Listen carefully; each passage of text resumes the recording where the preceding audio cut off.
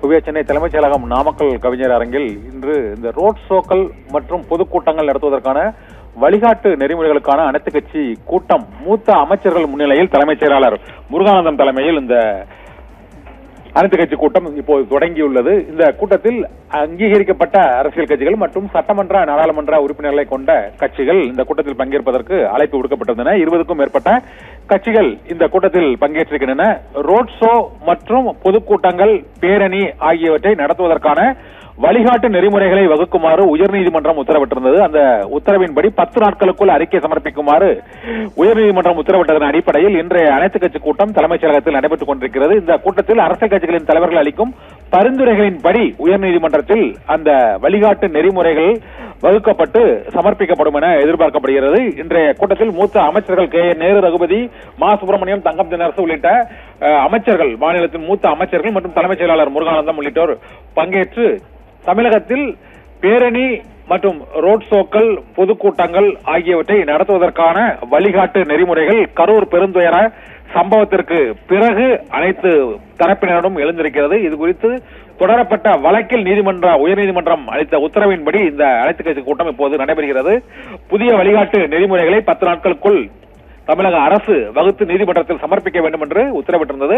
அந்த உத்தரவுக்கு இணங்க இப்போது இந்த கூட்டத்தில் பங்கேற்றுள்ள பல்வேறு அரசியல் கட்சிகளை சேர்ந்த உறுப்பினர், சட்டமன்ற நாடாளுமன்ற உறுப்பினர்கள் மற்றும் அந்த கட்சிகளின் பிரதிநிதிகள் அளிக்கக்கூடிய ஆலோசனைகள், தகவல்கள், பரிந்துரைகள் அனைத்தும் ஒரு அறிக்கையாக தயார் செய்யப்பட்டு அது நீதிமன்றத்தில் அளிக்கப்பட்டு அதன் பின்னர் ரோட் ஷோக்கள் மற்றும் பொதுக்கூட்டங்கள் ஆகியவற்றை நடத்துவதற்கும் தமிழகத்தில் வரவிருக்கிற சட்டமன்ற நாடாளுமன்ற தேர்தலில் அரசியல் கட்சியினர் பொது இடங்கள் மற்றும் நெடுஞ்சாலைகளில் பிரச்சாரம் செய்வதற்கான நேரம், காலம் மற்றும் அந்த கட்சிகளுக்கான அனுமதி அளிப்பது, காவல்துறையினரின் பாதுகாப்பு, கட்சிகள் பொறுப்பேற்பது, அங்கு பெரிய விபத்து எதுவும் நடைபெற்றால் அதற்கு அந்த அரசியல் கட்சிகளே பொறுப்பேற்பது உள்ளிட்ட பல்வேறு அம்சங்களையும் இந்த அரசியல் கட்சிகளின் தலைவர்கள், பிரதிநிதிகள் அரசுக்கு கூற இருக்கின்றனர். அவை அனைத்தும் பரிந்துரைகளாக ஏற்றுக்கொள்ளப்பட்டு அமல்படுத்தக்கூடிய அந்த பரிந்துரைகளை ஒரு கொள்கை திட்டமாக வகுக்கவும் தமிழக அரசு முடிவு செய்திருக்கிறது.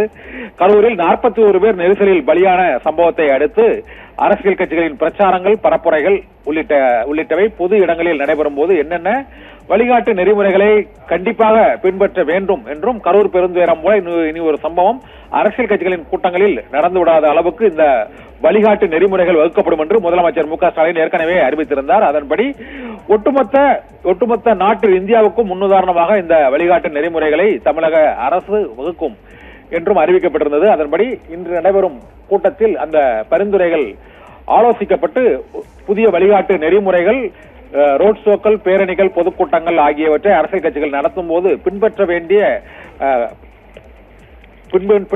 விதிமுறைகள் புதிதாக வகுக்கப்படும் என எதிர்பார்க்கப்படுகிறது. ஓவியா.